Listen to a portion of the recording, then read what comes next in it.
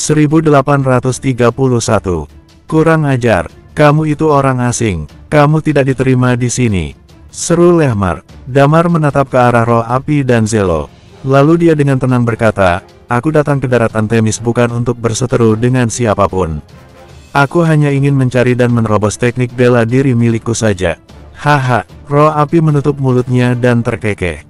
Lalu setelah kamu menerobos teknik bela diri, apa yang akan terjadi? Lagi pula kamu adalah seorang tulang naga. Bagaimana cara kamu menerobos dengan aman dan stabil? Damar menyipitkan matanya. Apakah kamu pernah berpikir balas dendam seperti apa yang kalian bertiga akan hadapi jika aku bisa melarikan diri dari sini? Sebelum itu, kamu harus kabur dari sini dulu. Lehmar tersenyum angkuh. Bahkan jika kamu memiliki kemampuan bertarung tingkat dewa, kamu sama sekali bukan termasuk dewa. Apakah kamu merasa punya kesempatan untuk menghadapi kami bertiga? Ucapnya. Damar menyeringai dan berkata, bagaimana menurut kamu? Aku tidak pernah berpikir bahwa kalian bertiga mungkin akan menyerang secara bersamaan. Mengapa kalian merasa kalau aku tidak punya kesempatan? Tapi aku cukup penasaran, mengapa kalian sangat memusuhi Outsider seperti ini? Tanya Damar dengan santai. Aku akan memberitahu alasannya setelah kamu mati. Ucap roh api dengan senyuman di wajahnya.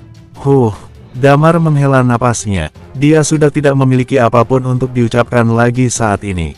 Dia menatap ke arah Thalia yang ada di sampingnya. Apakah kamu masih bisa bergerak? Tanya Damar. Thalia mengangguk. Dia telah bertarung dengan roh api yang berada di tingkat dewa. Api Phoenix sedikit padam saat melawan karakteristik api milik lawannya. Selain itu, roh api tidak menyerang dia dengan kekuatan penuh. Oleh karena itu, Thalia sama sekali tidak terluka parah. Pergi dengan Rin. Perintah Damar. Thalia mengangguk. Dia melebarkan sayapnya dan mengambil Rin dari bawah. Kemudian dia terbang tinggi di atas langit. Selama proses tersebut, tidak ada seorang pun yang ikut campur. Di sisi lain, Lilia juga berada di posisi serupa. Dia juga melebarkan sayapnya dan memegang Harera di dalam pelukannya.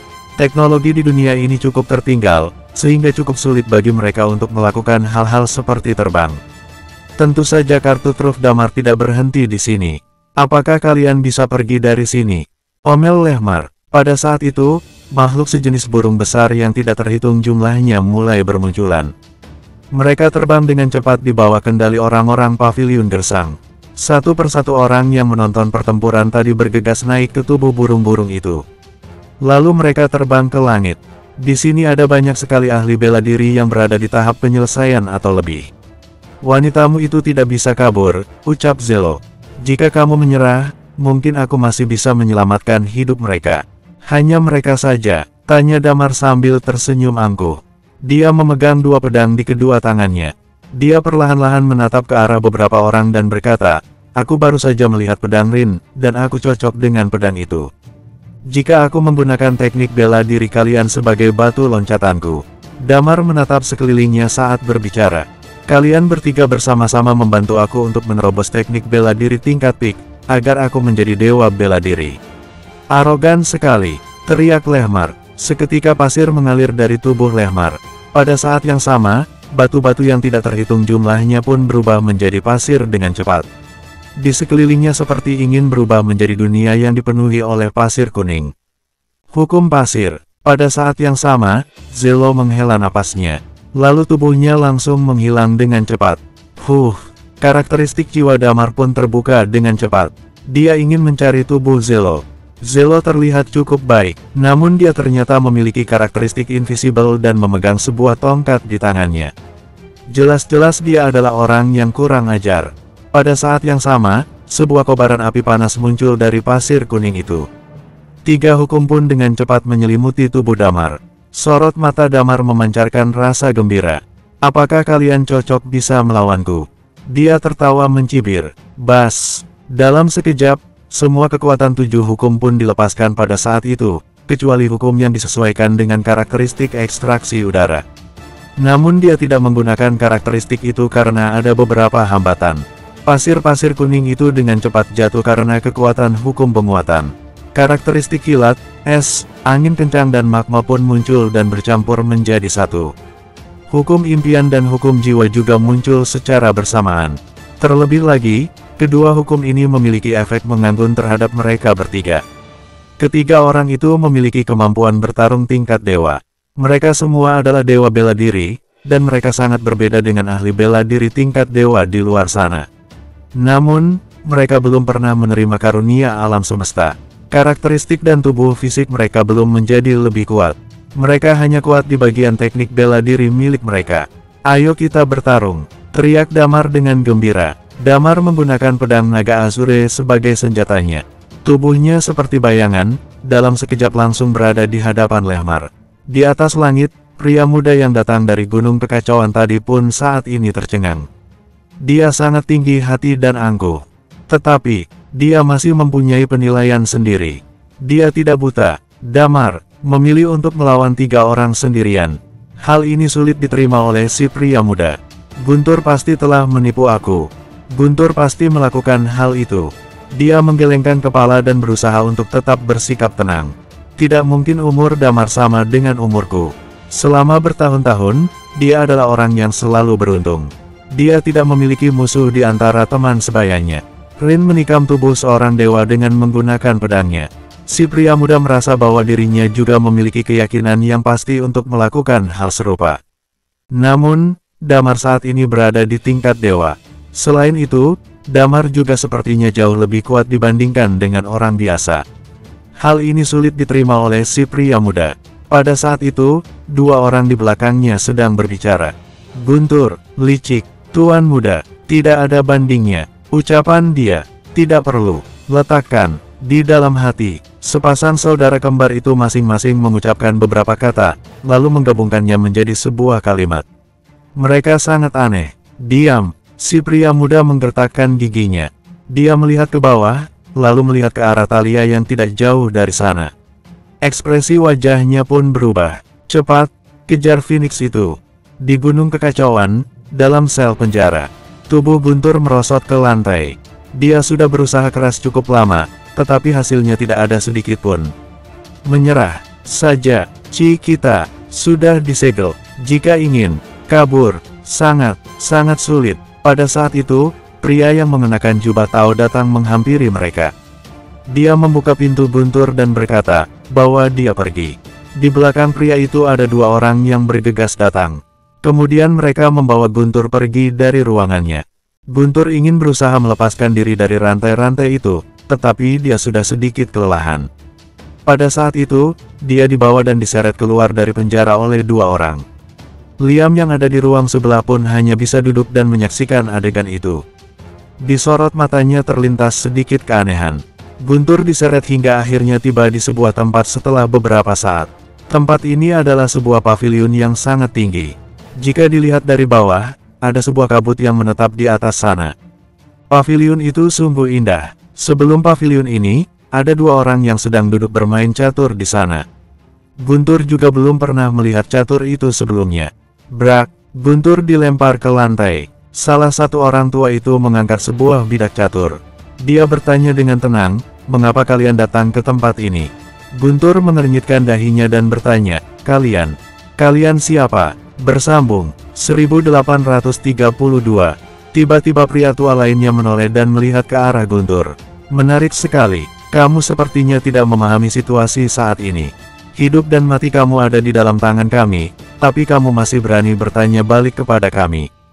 Pria tua itu tertawa dan berkata, tapi tidak masalah jika kamu tidak jujur. Bas, dalam sekejap, Guntur hanya bisa mendengar suara dengung di telinganya. Setelah itu, dia merasa bahwa kesadarannya mulai menghilang. Dia langsung paham bahwa ini adalah karakteristik jiwanya. Namun karakteristik dan chi miliknya ini telah disegel, jadi dia sama sekali tidak bisa sering melawan. Setelah beberapa saat, seluruh tubuhnya menjadi lesu. Siapa namamu? Pada saat itu, salah satu pria tua itu bertanya lagi. Guntur, dari mana asalmu? Bumi, apa yang kamu lakukan di sini? Aku mencari tetua Liam dan mencari tempat untuk membangun piramida. Apa hubungan kamu dengan Hurai? Bagaimana kamu bisa datang ke tempat ini? Hurai, aku baru saja mendengar nama itu. Aku tidak kenal dengan dia, ucap Guntur dengan jujur. Kalau Radin, tanya pria tua itu lagi. Sorot mata Guntur menunjukkan ekspresi berontak saat mendengar nama itu. Radin adalah leluhur aku di bumi. Dia sudah lama meninggal. Damar sama sekali tidak menyembunyikan apapun perihal The God's Cave. Jadi Guntur dan yang lain tahu mengenai keberadaan The God's Cave. Siapa orang yang bernama Damar itu?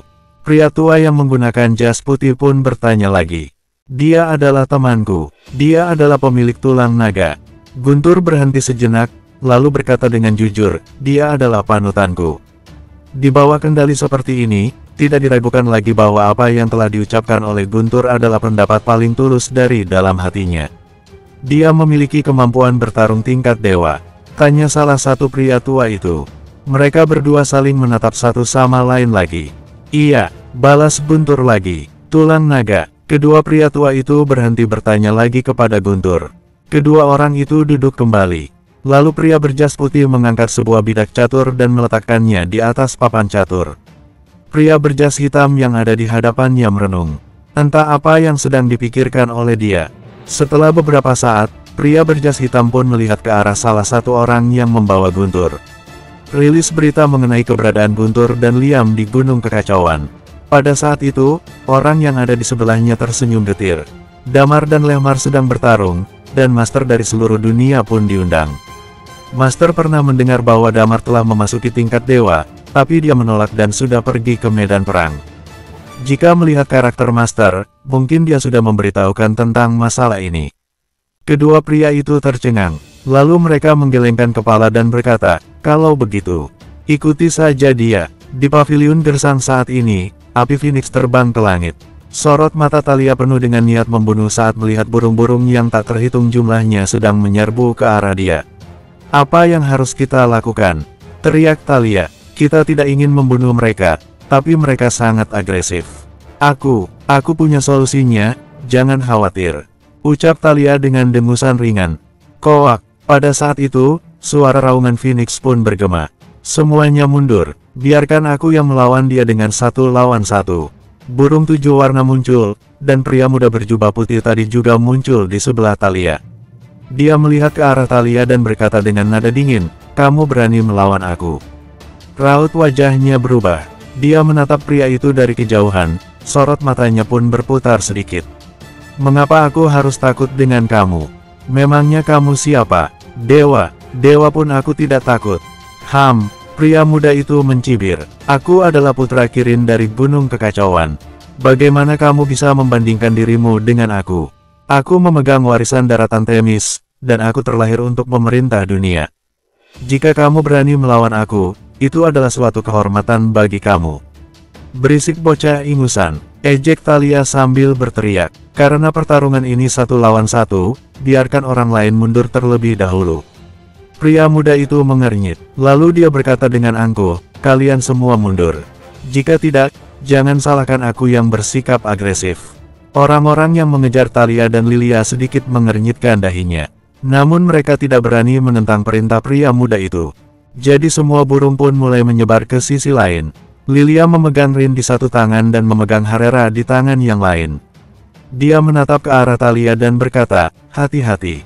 Kemunculan pria muda itu justru memecahkan masalah besar mereka untuk sementara waktu. Thalia menganggukkan kepalanya dan berkata, tenang saja. Aku tidak takut dengan siapapun kecuali Damar, si half god level.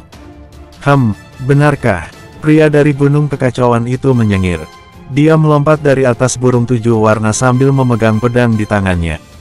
Dia menatap ke arah Thalia dan berkata, kamu bisa mati di tanganku.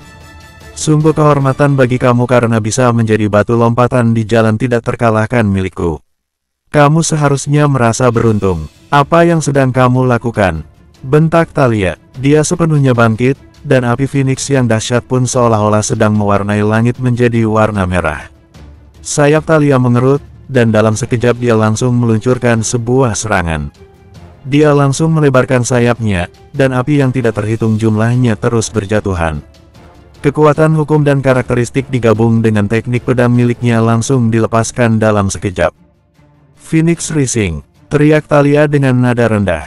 Dia bergerak langsung menuju ke arah pria muda itu, seperti bulu terbakar yang terus-menerus jatuh. Roar! Dari tubuh pria itu keluar sebuah suara raungan. Di atas langit, sesosok bayangan melintas dalam sekejap. Thalia langsung tercengang saat itu juga. Ini adalah pertama kalinya dia bertemu dengan bayangan lain yang muncul di langit selain dirinya dan Damar. Di atas langit, seekor Kirin pun perlahan-lahan muncul. Kedua mata itu seolah-olah terbuka lebar dan langsung menatap Thalia. Koak, suara raungan rendah yang sama pun bergema. Thalia menatap ke arah suara itu, dan bayangan Phoenix pun muncul. Kedua bayangan ini tampak sedang bersaing di atas langit saat ini. Pada saat yang sama di bawah, lapisan sisi biru muncul di tubuh pria muda itu. Ingatlah, aku adalah putra Kirin dari Gunung Kekacauan. Ingat namaku, ucapnya dengan bangga. Namaku adalah Kirin, tulang Kirin. Tidak diragukan lagi, juga merupakan salah satu karakteristik unik selain tulang naga dan tulang Phoenix. Saat ini, di tubuhnya juga terdapat semacam sisik yang mirip dengan sisik naga. Putra Kirin dan Lady Phoenix, keduanya adalah setengah dewa, umur mereka sama, sepertinya saat ini mereka akan menentukan siapa yang menang dan yang kalah. Lilia menonton kedua orang itu bertarung, di tangannya, dia selalu menggenggam sebuah botol kecil. Pada saat yang sama, dia berbalik dan menatap ke arah Damar dengan wajah khawatir. Damar sedang bertarung 1 lawan 3, dan pada saat ini, sepertinya dia tidak berada di posisi yang lemah. Ya, setidaknya begitulah kelihatannya. Dia lebih kuat dibandingkan dengan ahli bela diri tingkat dewa biasa, dan dia juga memiliki peningkatan dari pertarungannya dengan Neox dan Demeter. Sedangkan Lehmar, bersekutu dengan Zelo dan Roh Api.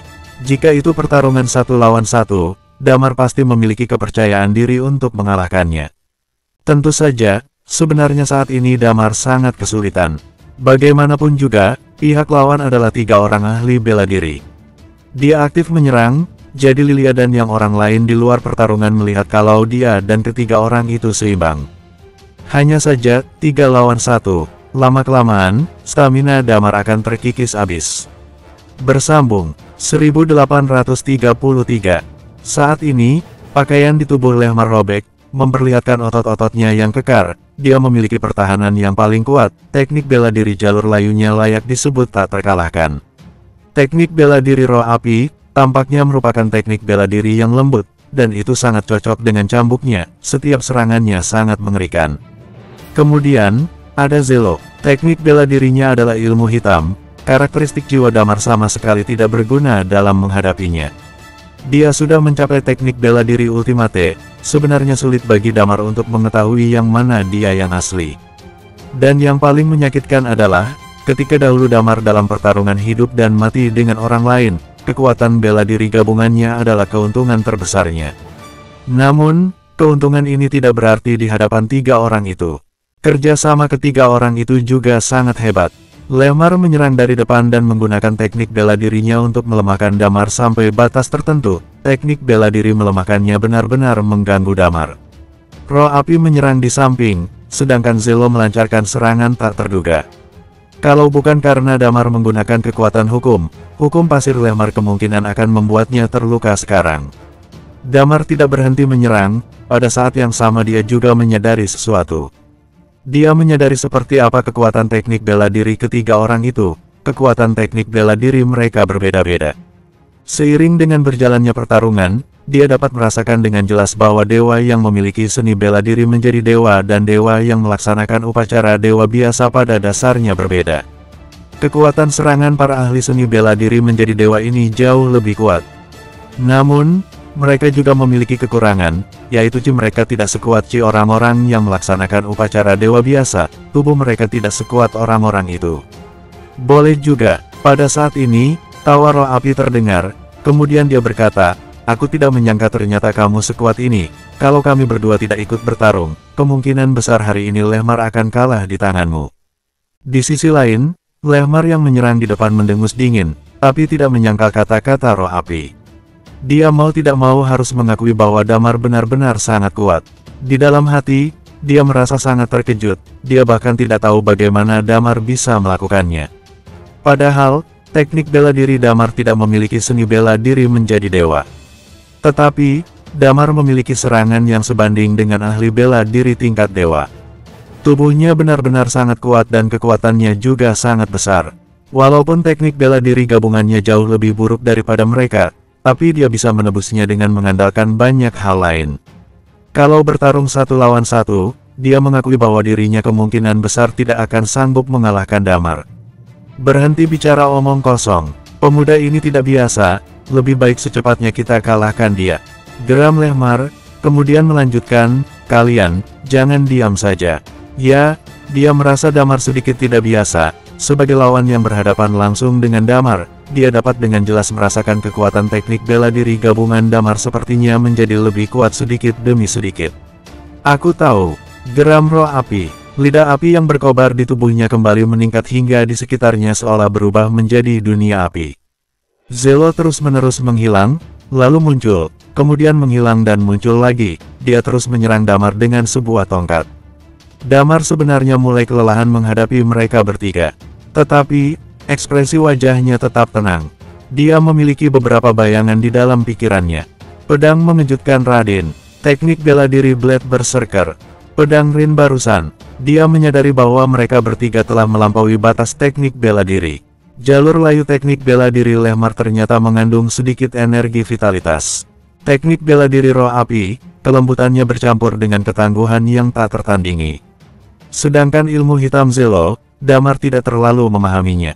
Akan tetapi, kalau dipikir-pikir, teknik pedang Blade Berserker juga memiliki ketenangan di tengah dominasinya. Dia sepertinya tercemar di ambang kegilaan, dia menyadari bahwa dia benar-benar telah mencapai teknik bela diri ultimate. Mencapai teknik bela diri ultimate, apakah ini kebalikannya? Ekspresi wajah Damar berubah, kemudian dia kembali bertanya, apakah akan menjadi kebalikannya bila menembus batas tertinggi? Kalau begitu, teknik bela diriku, kalau tujuan utamanya untuk membunuh, maka kebalikan dari membunuh apa?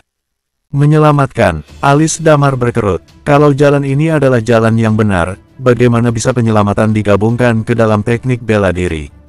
Tanya Damar dengan alis berkerut, lalu melanjutkan, aku harus bagaimana untuk meningkatkan kemampuan bela diriku. Mungkin dia memiliki beberapa arah untuk mencapai tingkat peak, tetapi dia tidak tahu apakah arah ini sudah benar atau belum. Setelah beberapa saat, di hadapan mereka bertiga, dia perlahan-lahan memejamkan matanya, dia tampaknya sedang berada dalam kondisi pencerahan. Damar pernah berada di ruang 4 dimensi, dia pernah mengalami periode tanpa akhir, mentalnya sebenarnya tidak lebih buruk dibandingkan dengan orang-orang yang telah hidup selama bertahun-tahun yang tak terhitung lamanya. Beraninya kamu memejamkan mata, seru Lehmar dengan marah. Bagaimana bisa dia tidak merasakan bahwa Damar benar-benar menggunakan mereka sebagai batu loncatan?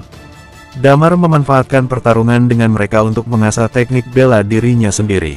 Tentu saja Lehmar marah sekali.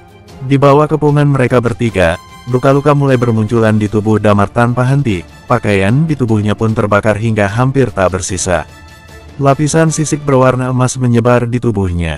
Pada titik tertentu, semua bayangan itu menghilang dari pikiran Damar, digantikan dengan pedang Raden. Dalam pikirannya, bayangan pedang Raden terus berulang-ulang.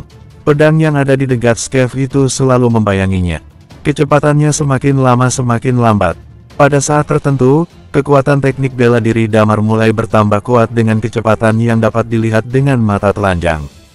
Hah, pada saat ini, ekspresi wajah Lehmar dan dua orang lainnya serentak berubah. Lehmar menggeram kesal, hentikan dia. Kemampuan bela dirinya akan semakin meningkat. Mati kamu, raungan marah Zelo bergema, kemudian dalam sekejap dia sudah muncul di udara di atas Damar. Tongkatnya membawa energi yang menakutkan, seolah siap membelah Damar menjadi dua. Sring, tepat pada saat ini, Damar membuka matanya. Kedua matanya benar-benar berubah menjadi merah darah. Niat membunuh yang menakutkan saat ini terlihat di sorot matanya. Sepertinya ketiga orang yang memiliki seni bela diri menjadi dewa ini, pada saat ini mereka merasakan kengerian yang tak berujung. Dan di sekitar mereka, orang-orang yang tidak bertarung dan hanya menonton, semuanya seketika terduduk di tanah. Pencerahan, Damar mencapai pencerahan lagi. Tahap peak membuat Damar kesulitan untuk waktu yang lama. Bakatnya dalam bidang teknik bela diri sebenarnya sangat luar biasa. Dia memperhatikan trik orang lain dan dia bisa menggunakannya dengan mirip sekali. Ditambah dengan sedikit latihan, dia akan bisa menggunakannya lebih baik daripada lawannya. Dari dulu hingga sekarang, ini adalah hal yang paling dikuasai oleh Damar. Sedangkan bagi kebanyakan orang, jalan untuk menguasai teknik bela diri sebenarnya sangatlah sulit, lebih sulit dibandingkan meningkatkan karakteristik. Jadi di luar sana, kebanyakan orang akan sangat bergantung pada karakteristik itu. Namun, saat Damar tumbuh dewasa, semua orang mengingatkannya bahwa teknik bela diri sangat penting, teknik bela diri sangat penting. Di sepanjang jalan selama Damar berada di jalan teknik bela diri, jalannya juga selalu lancar. Hingga tahap peak, Blade Berserker juga berlatih untuk waktu yang sangat lama. Menyaksikan pedang Radin di dalam The God's Cave. Pertarungan hidup dan mati yang tak terhitung jumlahnya dengan ahli bela diri tingkat dewa. Dia bahkan tidak menyadarinya. Kali ini, dia terus-menerus menyaksikan semua orang yang mencapai teknik bela diri tingkat peak. Dia menyadari bahwa di dalam teknik bela diri mereka ada dua makna. Kematian dan kehidupan, pembunuhan dan penyelamatan, kelembutan dan ketangguhan. Yin dan Yang, dua unsur yang berbeda, saling menyempurnakan satu sama lain. Mereka tidak dapat menyatu, tetapi mereka harus selalu berdampingan. Bersambung, 1834. Teknik bela diri Damar adalah teknik membunuh yang paling hebat. Baik itu teknik pedang, dao pedang, atau dao pembunuh, semuanya dapat membunuh. Tapi dia tidak tahu bagaimana cara menggabungkannya dengan penyelamatan. Dia tidak tahu teknik bela diri penyelamatan itu apa. Tepat pada saat itu, di dalam pikirannya dia teringat banyak hal, bukankah penyelamatannya berarti pembunuhan? Yang dia lindungi dan yang ingin dia selamatkan adalah kampung halamannya, dan dalam perjalanannya, dia baru bisa melindungi bumi hanya dengan mengandalkan semua pembunuhan. Dengan pembunuhan yang semakin kuat, penyelamatannya pun akan semakin kuat. Kedua unsur tersebut bersinergi dengan sangat kuat. Damar membunuh untuk menyelamatkan bumi. Setelah memikirkannya sampai sini, dia tiba-tiba merasa bahwa banyak hal yang menyusahkannya sudah menghilang, seolah-olah belenggu yang mengikatnya berhasil dipatahkan olehnya. Beberapa saat selanjutnya, dia membuka matanya, niat membunuh yang menakutkan, niat membunuh yang tidak ada sebelumnya, tekad yang begitu besar langsung meningkat pada saat ini. Dan pada saat ini, tubuh Damar yang sejak awal ditekan olehnya, kabut merah yang diteliti oleh perusahaan teknologi Promise seolah menyatu dengan tubuhnya, benar-benar menyerap masuk ke dalam kulit Damar, dan mulai dicerna. Ketika Damar membuka matanya sekali lagi, sorot matanya berubah, tidak lagi ragu-ragu, kini sorot matanya menjadi sangat tajam. Dia mengangkat pedang naga Azure di tangannya. Pedang Radin kembali muncul di dalam pikirannya.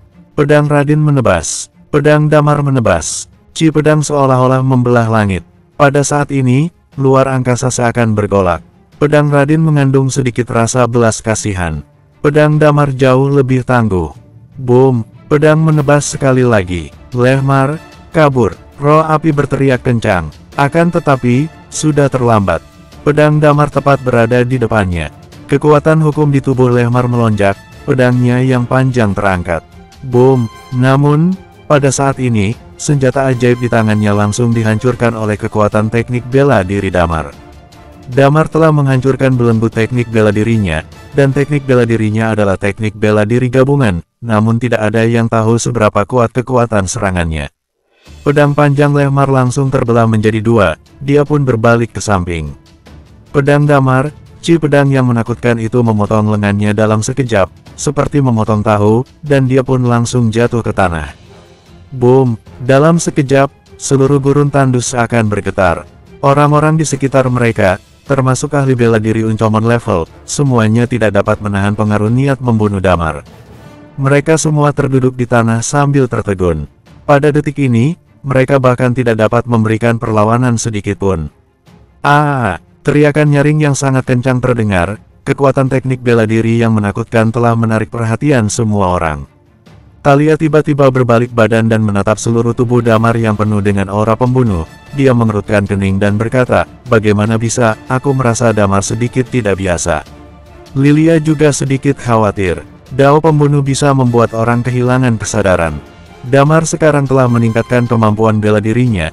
Damar yang sekarang jika dilihat dari jauh, dia terlihat seperti seorang sura, bahkan Lilia yang paling akrab dengannya, perasaan yang dingin melonjak dalam hatinya. Dia merasa Damar yang sekarang sedikit menakutkan, saking menakutkannya sampai dia tidak berani mendekat. Tetapi, Damar yang sekarang, ketika dia telah menghancurkan belenggunya, dia justru merasa sadar sepenuhnya. Ya, itu sama sekali tidak membuatnya kehilangan kesadaran, pengaruh niat membunuh padanya tampaknya telah sepenuhnya menghilang. Setelah niat membunuh yang ekstrim keluar, dia pun menjadi tenang. Boom! Getaran di tanah masih terus berlanjut. Ketika semua gerakan telah berhenti, muncul sebuah retakan yang sangat besar di bawah oasis, dengan hutan batu sebagai pusatnya. Pedang Damar tampaknya telah membelah oasis ini. Roh api tercengang, Zelo juga tercengang. Mereka tidak pernah menyangka, setelah Damar meningkatkan kekuatan teknik bela dirinya, ternyata kekuatannya akan sangat kuat seperti ini. Ketika mereka menghadapi Damar barusan, sebenarnya ketika mereka mendominasi, Damar selalu pasif bertahan.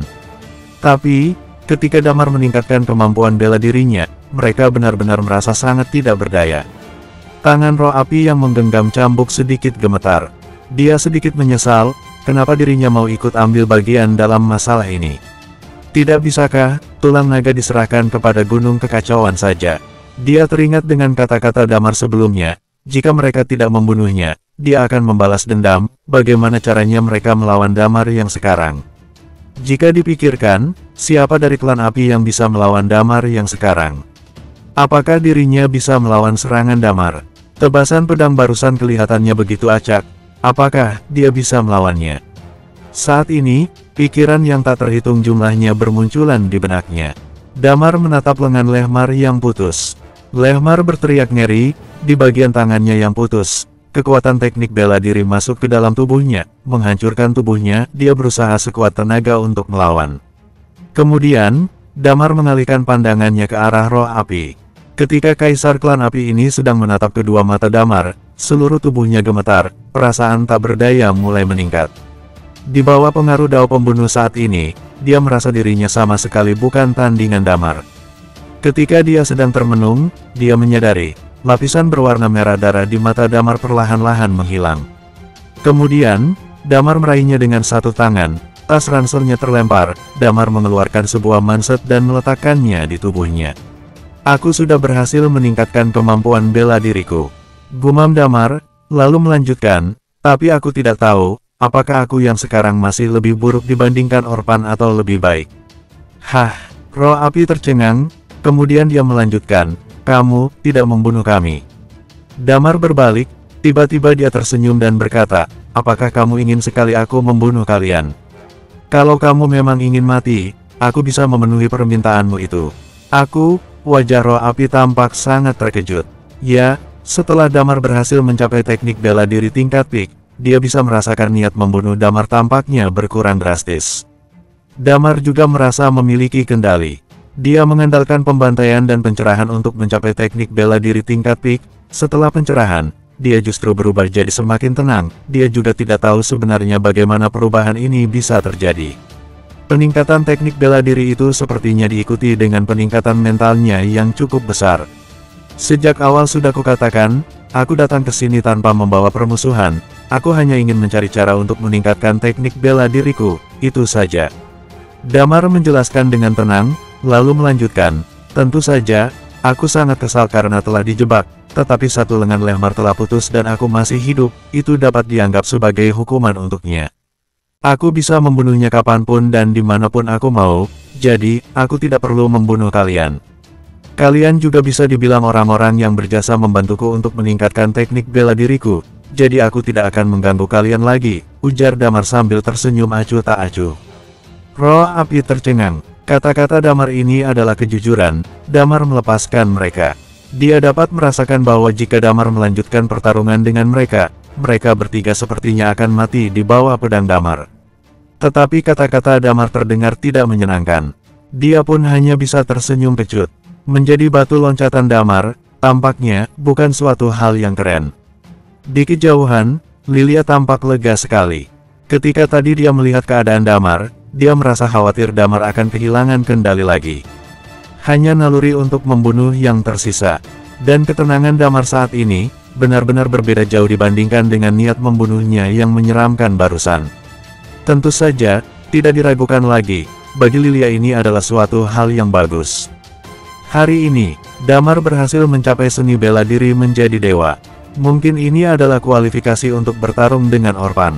Semakin kuat Damar, maka posisi bumi di alam semesta akan semakin stabil. Saat ini semua orang duduk di tanah, keringat mereka masih terus bercucuran. Di antaranya, juga ada Putra Kirin.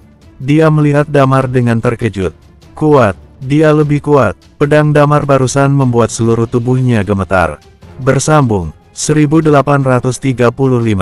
Niat membunuh Damar barusan membuat dia kehilangan kesadaran dalam sekejap mata.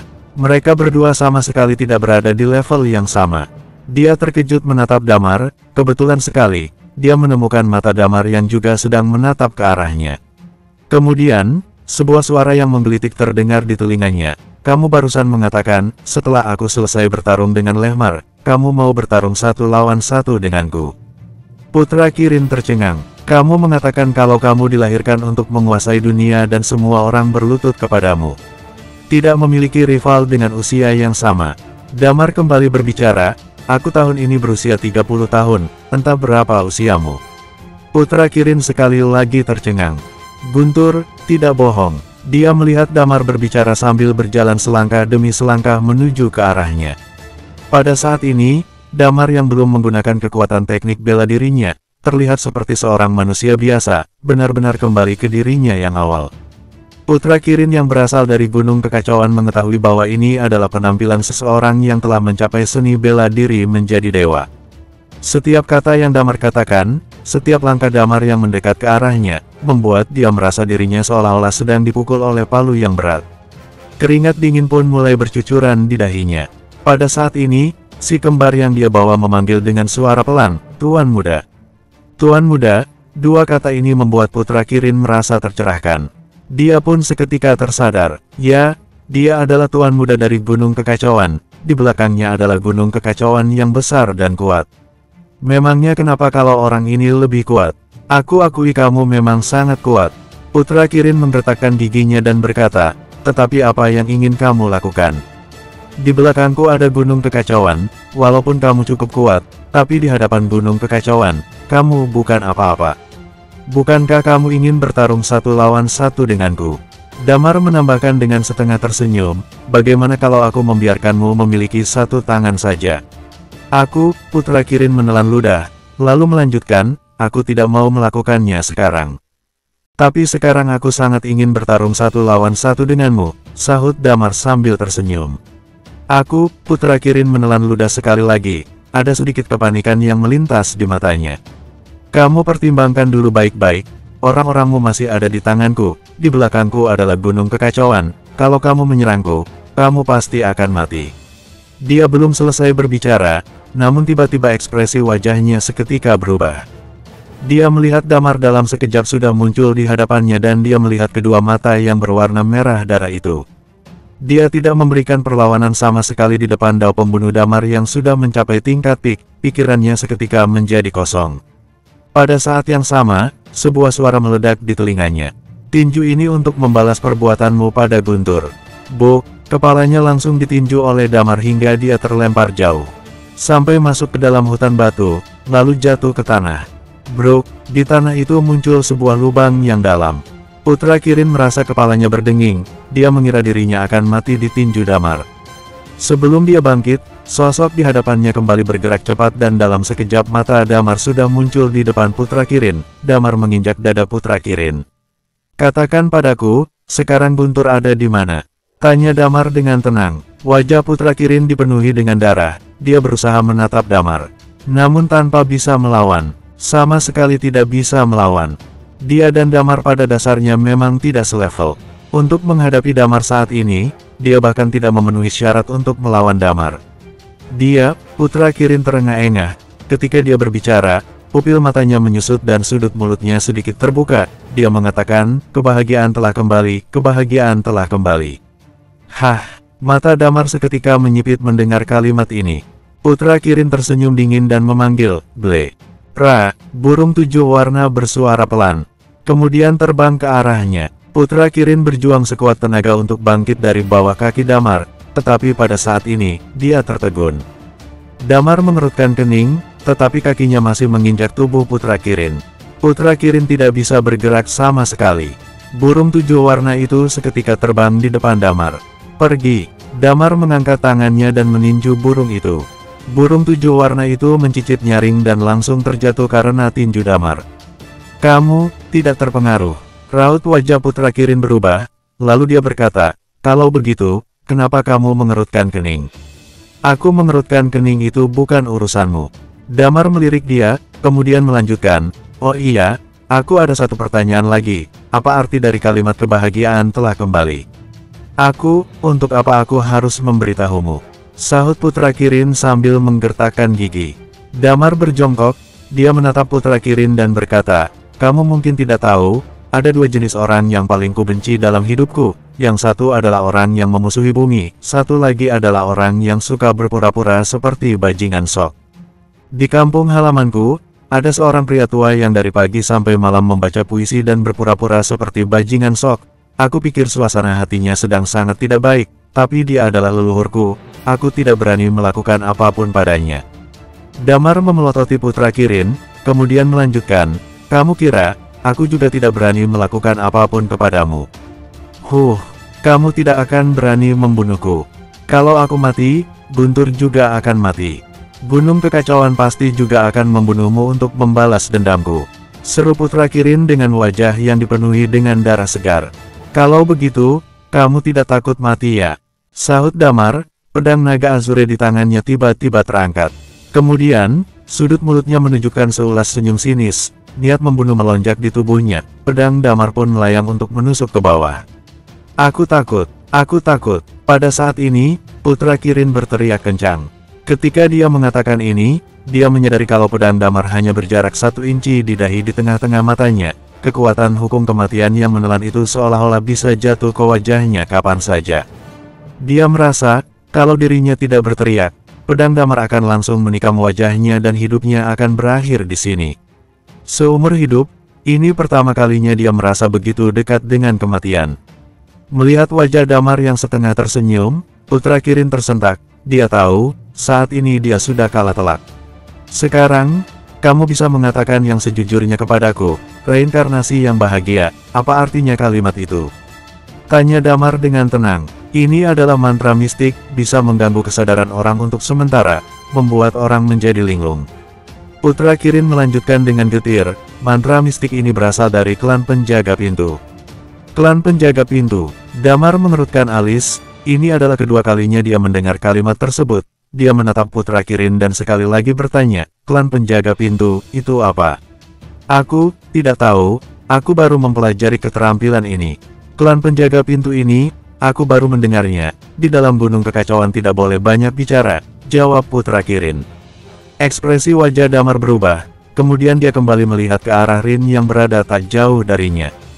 Sebelumnya, Rin juga menyebutkan tentang hal ini, tapi dia tidak banyak menjelaskan. Kamu berhenti. Tepat pada saat ini, wanita yang mengenakan rok hijau dan rok biru berlari mendekat. Wanita yang mengenakan rok biru berteriak marah, lepaskan Tuan Muda. Wanita yang mengenakan rok hijau segera mengikuti dan berteriak, Tuan Muda.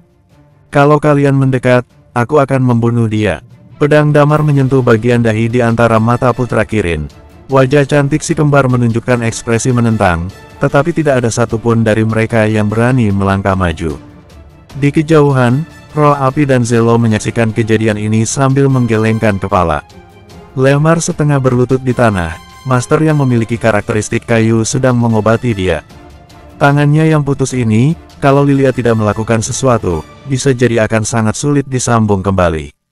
Sebenarnya Lilia juga tidak berniat menyembuhkannya. Tapi Damar tidak membunuhnya, itu artinya Damar mengampuni mereka. Rasanya, itu sudah lebih dari cukup. Bersambung. 1836. Kesimpulannya, Damar dan mereka tidak memiliki kebencian hingga ingin saling membunuh, tidak seperti dengan orang-orang Big Jade. Damar bisa membunuh orang-orang Big Jade tanpa berkedip sedikitpun. Singkatnya, Damar bisa saja membunuh Lehmar atau orang-orang lainnya, tetapi dia merasa tidak perlu melakukannya. Roh Api menatap Damar dengan ekspresi yang rumit. Setelah beberapa saat dia berbicara, ayo pergi. Seseorang di antara klan Api bertanya, kita akan membiarkan dia begitu saja. Memangnya kenapa? Roh Api menatap Damar yang sedang menginjak Putra Kirin di kejauhan, lalu melanjutkan, aku sudah bukan lawannya lagi. Seni bela diri dewa, teknik bela diri gabungannya itu sangat kuat. Seumur hidupku aku jarang melihat orang yang seperti dia. Dia mengampuni aku, sudah jarang orang yang bisa mengampuni lawannya. Masalah ini kita serahkan saja kepada Gunung Kekacauan, kita sudah tidak bisa ikut campur lagi. Di sisi lain, orang-orang dari klan Yin juga perlahan-lahan mundur. Tidak satu pun dari penonton itu yang berani bergerak. Dao pembunuh menjadi dewa, juga tidak pernah muncul dalam sejarah daratan Themis. Pengaruhnya bagi perasaan dan mental orang-orang terlalu menakutkan. Para ahli bela diri Uncomon level terduduk di tanah. Pada saat ini, Thalia dan Lilia mendekat. Lilia menggenggam sebuah botol kecil di tangannya dan berkata, "Untungnya kamu sudah mencapai seni bela diri menjadi dewa, kalau tidak kita harus menggunakan racun bunga iblis ini." Serbuk iblis adalah kartu truf Damar. Benda ini awalnya adalah benda yang dikembangkan oleh Hismir di Underworld, ramuan yang digunakan untuk melawan para ahli bela diri tingkat dewa. Awalnya, mereka buru-buru pergi, namun tidak sempat membawa barang-barang. Damar dan Lilia segera datang ke tempat itu dan mereka menemukan 3 botol ramuan tersebut. Salah satu botolnya diambil oleh Yun, 2 botol sisanya jatuh ke tangan Damar. Benda ini tidak berwarna dan tidak berasa, tetapi dapat membuat orang kehilangan kemampuan bertarung. Termasuk ahli bela diri tingkat dewa. Tentu saja, sebenarnya seberapa besar pengaruhnya pada orang-orang yang rutin melaksanakan upacara dewa. Damar tidak tahu, apalagi dia belum mencapai tahap itu. Namun, tidak diragukan lagi, orang-orang yang telah mencapai seni bela diri menjadi dewa sebagian besar adalah orang yang tidak dapat dilawan. Oleh karena itu, jika Damar tidak mencapai seni bela diri menjadi dewa, dia tetap yakin bisa melarikan diri tanpa terluka dan bahkan membunuh semua orang yang ada di sini. Sekarang, benda ini merupakan kartu truf besar yang ada di tangan Damar. Ini juga merupakan alasan mengapa Damar tidak takut semua orang datang dan mengelilingi dia. Dia tidak akan terpengaruh oleh serbuk ini. "Apa yang harus kita lakukan selanjutnya?" tanya Thalia sambil menatap Putra Kirin saat Damar menginjak tanah. Damar melirik Putra Kirin, kemudian menatap si kembar yang ada di sebelahnya dan berkata, "Apakah kalian mau tuan muda kalian mati?" "Beraninya kamu." Mata wanita yang mengenakan rok hijau menunjukkan kemarahan. "Memangnya kenapa aku tidak berani?" sahut Damar, pedangnya kembali ditekan. Setetes darah muncul di dahi Putra Kirin, rasa perih di dahinya membuat Putra Kirin tidak berani menghela napas. Dia berteriak marah, "Diam kalian, sialan. Apakah kalian ingin membunuhku?" Wanita-wanita sialan. Wanita yang mengenakan rok hijau luar biasa terkejut. "Kalau kamu mau tetap hidup, caranya mudah saja." Damar tersenyum tipis dan berkata, "Sekarang cepatlah kembali, beritahu orang-orang Gunung Kekacauan, lalu bawa Guntur dan Lutfi ke sini, kita akan bertukar." "Kamu," ekspresi wajah wanita yang mengenakan rok biru tampak tidak enak dilihat. "Masih belum pergi juga." Putra Kirin berteriak kencang. Si kembar menggertakkan gigi mereka, kemudian berseru, "Tuan muda, tahan, kami pasti menyelamatkan Tuan muda." Mereka berdua berbicara dengan tergagap-gagap. Setelah itu, keduanya melompat ke atas burung 7 warna. Lalu salah seorang di antaranya bertanya, "Di mana kita akan bertukar?" Damar tercengang, "Bagaimana kamu bisa berbicara dengan baik?" "Di langit," sahut Damar. Begitu melihat burung 7 warna pergi menjauh, Damar pun menarik kakinya dan berkata kepada Lilia, "Tolong sembuhkan dia." Lilia mengangguk, kemudian aliran energi vitalitas masuk ke tubuh Putra Kirin. Beberapa saat kemudian, Putra Kirin bangkit berdiri dengan wajah kesal, lalu berkata, "Kamu menjadikan aku sebagai sandera." "Kamu menolak?" tanya Damar. Putra Kirin tercengang, kemudian nyalinya menciut. "Jangan berpikir untuk melarikan diri," ujar Damar dengan tenang, lalu melanjutkan, "Kalau kamu punya niat untuk melarikan diri, aku akan meninjumu hingga kamu kehabisan napas, kemudian menyembuhkan kamu kembali, dan melanjutkan meninjumu lagi, agar kamu merasakan sinyal kematian sepanjang waktu." Mendengar kata-kata Damar, Putra Kirin terkejut hingga wajahnya memucat. Walaupun dia luar biasa berbakat dan sangat kejam, tetapi itu bergantung pada status Gunung Kekacauan. Membicarakan tentang dirinya sendiri, dia hanyalah bunga yang belum tumbuh di rumah kaca. Walaupun Damar dapat merasakan, tanpa mempertimbangkan faktor lainnya, kalau hanya dari kekuatan, dia lebih kuat dibandingkan Thalia. Tapi dalam pertarungan antara hidup dan mati, Damar yakin 100% kalau Thalia akan berdiri hingga akhir. Pengalaman bertarung mereka berdua, serta keteguhan dan tekad dalam pertarungan hidup dan mati mereka sama sekali tidak berada di level yang sama. Seringkali, ini adalah faktor yang menentukan. Putra Kirin tidak berani untuk berbicara dengan Damar, karena aura pembunuh dari tubuh Damar dan kekejaman yang terasa ketika Damar menyerangnya barusan membuat dia merasakan ketakutan dari lubuk hatinya. Kesombongan dan kepercayaan dirinya yang sebelumnya sudah diinjak-injak oleh Damar. Namun dibandingkan semua itu, nyawanya adalah yang terpenting. "Ayo ikut kita pergi," seru Damar ringan sambil tersenyum. "Pergi, kemana?" tanya Putra Kirin dengan bingung. "Tentu saja pergi ke langit, menunggu orang-orang gunung kekacauan membawa teman-temanku untuk ditukar denganmu," sahut Damar. Setelah berkata begitu, dia tersenyum dan berkata, "Oh iya, di perjalanan nanti, aku punya banyak sekali pertanyaan yang harus kutanyakan padamu." Putra Kirin tertegun, sekilas keinginan untuk menolak melintas di matanya, tetapi dia tidak bisa melakukan apa-apa. Ya, banyak sekali hal yang ingin Damar dengar, misalnya tentang Liam. Liam menghilang setelah bertarung dengan orang-orang gunung kekacauan, karena sekarang dia sudah mencapai seni bela diri menjadi dewa, dia ingin mencari tahu apakah dia bisa menemukan Liam. Yang kedua adalah mengenai gunung kekacauan. Tempat itu adalah tempat yang tidak berani dimasuki sedikit pun oleh para ahli bela diri tingkat dewa dari daratan Themis seperti Roh Api dan Lehmar. Tempat itu sangat misterius, banyak orang yang masuk ke sana, tetapi tak satu pun berhasil keluar. Sebenarnya itu tempat apa, dan ada apa sebenarnya di sana? Dalam hati, Damar masih sangat penasaran. Namun, saat ini ada terlalu banyak orang di sini, agak sulit untuk menanyakannya sekarang.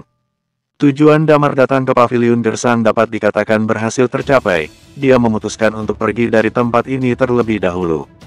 Di bawah tatapan banyak orang, sekelompok orang itu meninggalkan Paviliun Gersang dengan angkuh dan berjalan menuju Gurun Tandus. Faktanya, tempat ini juga memiliki beberapa perubahan. Kalau Damar yang dulu, dia akan langsung membawa ketiga orang itu pergi ke Gunung Kekacauan. Tapi kali ini, Damar sedikit banyak mendapat pengaruh. Gunung Kekacauan terlalu misterius. Kedua, ramalan itu membuatnya merasa cukup waspada, maka dari itu, dia sendiri sedikit enggan untuk pergi ke Gunung Kekacauan. Jadi dia memilih langit sebagai tempat untuk melakukan pertukaran. Sebisa mungkin menghindari Gunung Kekacauan. Beberapa hal terlalu misterius. Mengenai ramalan itu, sejak awal Damar sebenarnya tidak memedulikannya, tetapi sekarang, Gunung Kekacauan di dalam lukisan itu berdiri kokoh di hadapannya. Awalnya dia mengira hanya dirinya sendiri yang datang ke sini, Thalia tidak ada. Sampai akhirnya, Thalia datang sendiri ke sini. Kemudian, entah bagaimana caranya Guntur jatuh ke tangan Gunung Kekacauan. Semua ini, bagaikan takdir yang sudah ditetapkan. Bersambung, 1837. Sayangnya sekali Yani tidak ada, kalau ada, mungkin dia bisa minta tolong Yani untuk mencoba mengubah takdirnya.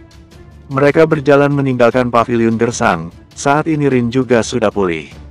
Damar menatap dia dan berkata, "Oh iya, tetua. Tetua tidak mengajak Neoma untuk ikut pergi." Rin tersenyum getir, kemudian menjawab, "Aku hanya tidak membiarkannya ikut. Aku dapat melihat di matanya kalau dia sudah tidak memiliki perasaan sedikit pun padaku. Aku tidak perlu memaksakan apapun, dia hidup dengan baik di Paviliun Gersang, maka dari itu, biarkan dia tetap tinggal di sini." Damar tercengang. Pertarungan ini membuat simpul di hatinya benar-benar hancur. Bahkan Damar merasa, mungkin tidak lama lagi, Rin akan bisa mencapai teknik bela diri tingkat peak. Oh iya, Damar menarik napas dalam-dalam, lalu melanjutkan, "Tetua sebelumnya mengatakan kalau aku memiliki aura klan penjaga pintu. Waktu itu aku lupa bertanya, apa itu klan penjaga pintu?" Klan penjaga pintu dan kalimat kebahagiaan telah kembali sama-sama membuat Damar merasakan perasaan yang aneh di hatinya. Dia teringat dengan Tetua Min Gemuen. Tetua Min Gemuen adalah penjaga portal Kutub Utara, dan kalimat kebahagiaan telah kembali berasal dari klannya.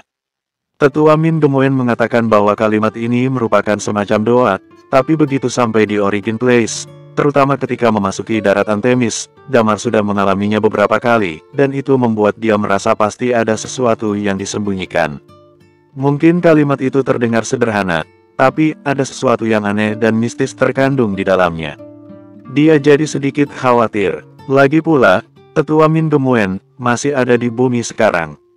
"Aku baru saja melihat sesuatu di reruntuhan." Rin melanjutkan, "Ini berkaitan dengan sebuah legenda di daratan Themis." Damar bertanya, "Legenda apa?" "Legenda di daratan Themis ada sebuah pintu. Di balik pintu ini adalah surga. Tempat itu adalah tempat ahli bela diri tingkat dewa berada, sebuah dunia yang lain, gumam Rin, lalu melanjutkan, kita menyebutnya sebagai Stargate. Sedangkan klan-klan penjaga pintu menjaga keberadaan portal ini. Kemudian, dia mendongak dan berkata, legenda mengatakan bahwa portal ini berada di balik kabut putih yang tak berujung ini. Bertahun-tahun lalu, di daratan Themis, ada dua orang pendatang. Yang satu bernama Hurai dan yang satu lagi bernama Radin. Kekuatan mereka tak tertandingi. Mereka turun ke daratan Themis, konon katanya, kedatangan mereka ke sana adalah untuk menundukkan gunung kekacauan. Jelas Rin. Kemudian, ketika mereka pergi, mereka juga membawa klan penjaga pintu pergi. Legenda mengatakan, klan penjaga pintu dilahirkan dengan mata dewa, tidak ada orang yang berani bertatapan dengan mereka. Jika bertatapan dengan mereka, orang itu akan dikutuk dan berubah menjadi batu. Lanjut Rin, di reruntuhan itu, aku melihat beberapa barang klan penjaga pintu, aku juga melihat karakteristik ini, dan ketika aku menemukanmu. Dia berhenti sejenak, kemudian menggelengkan kepala dan melanjutkan, di tubuh kalian bertiga ada aura ini. Begitu mendengar hal ini, mata Damar dan yang lainnya seketika melebar. Dilahirkan dengan mata dewa yang bisa membuat orang yang menatapnya berubah menjadi batu. Bukankah ini adalah karakteristik tetua Min Gemuen? Namun, ada banyak sekali hal yang terlibat. Termasuk Hurai dan nenek moyang bumi, Radin. Ini membuat kepala Damar sedikit pusing. Jadi, apakah pada saat itu Radin benar-benar datang ke tempat ini? Tapi di zaman itu, bumi benar-benar berada di zaman batu. Bagaimana caranya dia datang ke sini? Atau apakah pada saat zaman itu perkembangan peradaban di bumi sudah sangat tinggi? Namun kemudian semuanya hancur, atau dihancurkan oleh Orpan. Yang disebut pintu surga itu ada hubungan apa dengan pintu surga bumi? Apakah karena kemunculan benda ini yang menyebabkan Radin mati? Lalu bagaimana klan tetua Min Gemuen bisa muncul di Eternal Planet? Gagasan yang tak terhitung jumlahnya mulai bermunculan di kepala Damar. Pada saat ini, Putra Kirin berkata, ini bukan legenda, ada catatannya di Gunung Kekacauan. Hah, Damar menoleh menatap dia dan bertanya, catatan apa? Tentang Hurai dan Radin. Putra Kirin kemudian melanjutkan, bertahun-tahun yang lalu, ada dua orang yang datang ke daratan Themis. Hurai berkelana di alam semesta, mengajak semua ahli bela diri bertarung, dan akhirnya menjadi dewa. Radin berkelana di alam semesta, berbincang-bincang dengan semua makhluk, mempelajari teknik menanam di daratan Themis, dan mengumpulkan benih yang tak terhitung jumlahnya dari daratan Themis. Kemudian, Hurai kehilangan arah dan menyebabkan pembantaian yang besar. Di Gunung Kekacauan, ada tiga dewa muncul di dunia ini, lalu Hurai dan Radin menghilang entah kemana, dan setelah itu barulah ditetapkan peraturan bahwa penyusup harus mati selama bertahun-tahun tanpa terkecuali, jelas Putra Kirin dengan tenang. Damar tercengang, ternyata inilah alasannya mengapa orang-orang ini memiliki keinginan yang begitu besar untuk membunuhnya. Jadi, waktu itu, Radin benar-benar datang ke tempat ini. Dan dia datang bersama Hurai. Hurai adalah orang yang paling kuat di alam semesta ini. Penguasa galaksi Haru. Dia adalah orang yang menciptakan seni bela diri menjadi dewa. Pada saat yang sama dia juga mengadakan upacara dewa itu sendiri. Tidak heran, dia bisa menjadi orang terkuat di alam semesta. Dia menjadi dewa dengan dua cara, dan memegang kekuasaan yang menakutkan. Kekuatannya tentu juga tak terkalahkan kuatnya. Namun, Damar masih tidak mengerti bagaimana Radin bisa datang ke sini. Dari penjelasan Putra Kirin, dia dan Hurai muncul di tempat ini bersama-sama. Bukankah itu artinya, Hurai mungkin saja mengenal Radin? Atau, Radin dibawa oleh Hurai dari bumi? Begitu memikirkan tempat ini, punggung Damar mulai terasa dingin. Jika semua dugaan ini benar, itu artinya, Hurai sudah sejak dulu menyadari keberadaan bumi. Jika Hurai mau, dia bisa menghancurkan bumi begitu saja. Bagaimanapun juga, dia adalah makhluk yang paling ditakuti oleh Patua Pancing. Ketika Putra Kirin dan Rin membicarakan hal ini, mereka sudah mengonfirmasi banyak hal. Radin memang pernah datang ke Origin Place. Pada saat ini, Thalia buka suara. Damar menatap Thalia dan bertanya, bagaimana bisa? Apakah kamu juga mengetahui tentang hal ini selama ini? Ya, Thalia mengangguk, kemudian melanjutkan, bukankah awalnya aku berniat menunggu kalian di luar Underworld? Namun saat itu, Lung malah menarikku dan menyuruh aku pergi ke suatu tempat. Aku kira kalian akan tinggal selama beberapa waktu di sana, jadi aku menemani Lung pergi dulu. Damar menatap Thalia dan bertanya, "Oh, lalu bagaimana?" Kemudian kami sampai di sebuah planet yang disebut planet Ekor 9. Thalia lalu melanjutkan, klan Lung adalah binatang suci di planet tersebut. "Apa?" tanya Damar dengan bingung. "Ya, planet mereka itu dulu memiliki banyak binatang buas. Ketika peradaban baru saja dimulai, manusia masih lemah dan kecil, mereka sering dimangsa oleh binatang buas itu. Kemudian rubah berekor 9 melindungi mereka. Peradaban pun mulai berkembang, mereka pun menghormati rubah berekor 9 sebagai binatang suci." Thalia melanjutkan, Lung adalah binatang dari klan itu. Dan bertahun-tahun sebelumnya, nenek moyang kita, Radin, pernah datang ke planet mereka. Nenek moyang kita, ketika dia berbicara sampai di sini, Thalia melanjutkan dengan aneh, sepertinya bisa mendengarkan suara semua makhluk. Dia bisa berkomunikasi dengan binatang buas. Damar tercengang. Kemudian, dia menculik binatang suci milik orang lain dan membawanya ke bumi, lalu jumlahnya bertambah berkali-kali lipat hingga sekarang. Lanjut Thalia sambil tersenyum getir. "Lalu, apakah ada yang menyebutkan bagaimana nenek moyang kita bisa sampai di tempat ini?" tanya Damar. Thalia menggelengkan kepala dan menjawab, "Kalau itu aku tidak tahu." Damar menarik napas dalam-dalam. Memang, ketika sebelumnya dia mendengar kata-kata Elvio saat upacara dewa, Damar juga sangat bingung. Dia menatap pedang Radin, benar-benar kekuatan tingkat dewa, bukan hanya seni bela diri menjadi dewa. Kalau mereka tidak datang ke Origin Place dan tidak membangun piramida di Origin Place, mereka tidak akan bisa menyelesaikan upacara dewa. Semua informasi ini membuat Damar luar biasa terkejut. Entah itu tentang Hurai maupun tentang klan penjaga pintu. Benang merah dari semua peristiwa dan tokoh-tokoh ini mulai terlihat. Bersambung. 1838. Patua Pancing selalu mencari-cari Stargate. Intuisi Damar mengatakan bahwa yang disebut Stargate sebenarnya adalah pintu surga yang dibicarakan orang lain. Dia selalu memikirkan tentang keberadaan tempat ini dan apakah orang ini juga merupakan klan penjaga pintu. Tetua Min Gemuen pasti mengetahui banyak hal, kenapa orang ini menyembunyikan dirinya, kenapa mereka berada di Eternal Planet lagi. Sebagai penjaga portal tempat ini, klan mereka pasti luar biasa kuat, jadi kenapa mereka bisa jatuh ke level seperti itu. Pada saat ini, Lilia berkata, "Jangan terlalu banyak berpikir. Ketika kamu keluar, mungkin semuanya akan ada penjelasannya. Kalau kita bertemu Hurai lagi, kamu tanyakan saja padanya." Damar mengerutkan kening. Dia teringat dulu Hurai mencarinya dan menyuruh dia membunuh Hurai setelah menjadi dewa. Dia merasa hal itu cukup aneh. Singkatnya, berdasarkan informasi yang ada saat ini, legenda di luar sana itu benar. Piramida dewa milik Hurai kemungkinan besar memang dibangun di daratan Themis. Sedangkan Tetua Min Gemuen, bagaimanapun anehnya dia, kekuatannya baru mencapai Uncomon level. Saat ini, bumi mempunyai iman dan Blade Berserker.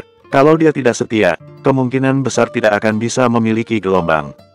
Dalam perjalanan ini, tujuan Damar adalah mencapai seni bela diri menjadi dewa, yang mana sudah berhasil tercapai. Selanjutnya adalah mencari Guntur dan Lutfi, lalu, sekali lagi mencari tahu apakah bisa memahami Dragon Nine Changes. Setelah itu mencari tempat untuk membangun piramida dan pada akhirnya meninggalkan tempat ini. Segera setelah itu, membunuh orang-orang planet Haru dan Big Jade yang ada di Origin Place. Dan pada saatnya, mereka akan bisa keluar dari Origin Place. Saat ini, ada terlalu banyak informasi, dia juga tidak bisa membuktikannya. Kalau terlalu dipikirkan juga tidak ada gunanya. Ayo, kita pergi ke langit. Damar menarik napas dalam-dalam, kemudian menatap Putra Kirin dan berkata, "Kamu bisa ceritakan padaku apa itu gunung kekacauan?" Putra Kirin tercengang, ada sedikit penolakan di matanya. Begitu melihat sorot mata Damar yang perlahan-lahan berubah menjadi dingin, Putra Kirin memutar matanya dan berkata, "Kalau begitu aku..." "Sudahlah, lebih baik kamu menenangkan dirimu, jangan mencoba melawan, biarkan aku mengendalikanmu. Aku merasa kamu ingin berbohong," ujar Damar. "Kamu," Putra Kirin menggertakkan gigi, sorot matanya menunjukkan perasaan kesal. "Apakah aku harus menebasmu beberapa kali dan menggunakan karakteristik jiwa lagi untuk mengendalikanmu?" tanya Damar. Putra Kirin memaksakan senyum, lalu dengan santai dia berbicara dengan jujur. Tak lama kemudian, dia merasakan gelombang karakteristik jiwa yang meningkat, dan dalam sekejap dia merasa kesadaran dirinya mulai menurun. Beberapa saat kemudian, kedua matanya menjadi sedikit kosong. Ceritakanlah semua hal mengenai Gunung Kekacauan. Kenapa orang yang masuk ke Gunung Kekacauan tidak keluar? Tanya Damar. Putra Kirin menarik napas dalam-dalam dan berkata, Gunung Kekacauan adalah pembuat aturan di seluruh dunia. Walaupun dalam keadaan dikendalikan, ketika Putra Kirin membicarakan tentang Gunung Kekacauan, baik matanya maupun wajahnya menunjukkan keangkuhan, seolah dia adalah bagian dari Gunung Kekacauan. Dia tampak sangat bangga. Gunung Kekacauan adalah sesuatu yang istimewa. Legenda mengatakan bahwa tempat ini adalah tempat lahir dari karakteristik di dunia ini. Ini adalah area yang terakhir ditinggalkan saat awal kekacauan, dan kabut putih tak berujung yang mengelilingi daratan Themis ini dihasilkan di atas Gunung Kekacauan, jelas Putra Kirin. Alis Damar berkerut mendengar hal ini. Kata-kata Putra Kirin ini sedikit aneh. Gunung Kekacauan tidak mengizinkan orang biasa untuk naik ke atas sana, karena setiap gumpalan kabut di atas Gunung Kekacauan memiliki karakteristik. Putra Kirin pun melanjutkan, ini adalah tempat suci untuk berkultivasi. Energi di sana sangat berlimpah. Orang-orang tidak diperbolehkan masuk karena bakat mereka rendah, tidak layak untuk menikmati sumber daya Gunung Kekacauan. Sekali lagi Putra Kirin menunjukkan senyum angkuh di wajahnya, kemudian melanjutkan, ini adalah peraturan yang ditetapkan oleh penguasa kekacauan. Alis Damar berkerut mendengar hal ini, lalu dia menyahut, penguasa kekacauan ini apa? Penguasa kekacauan adalah penguasa Gunung Kekacauan, jawab Putra Kirin, lalu dia menambahkan, dia adalah orang yang paling lama hidup di dunia ini. Katanya, jumlah orang di Gunung Kekacauan sudah tidak banyak, tergantung energi, belum ada 50 tahun, hanya ada 10 orang penjelajah dunia yang direkrut. Putra Kirin tersenyum bangga, kemudian melanjutkan, aku direkrut karena memiliki bakat yang berbeda, bahkan orang-orang yang masuk ke Gunung Kekacauan lebih awal pun tetap bukan lawan yang seimbang denganku. Aku tidak tertarik dengan sepak terjangmu. Damar benar-benar ingin menendang orang sialan ini. Dia sudah dikendalikan pun tetap sombong.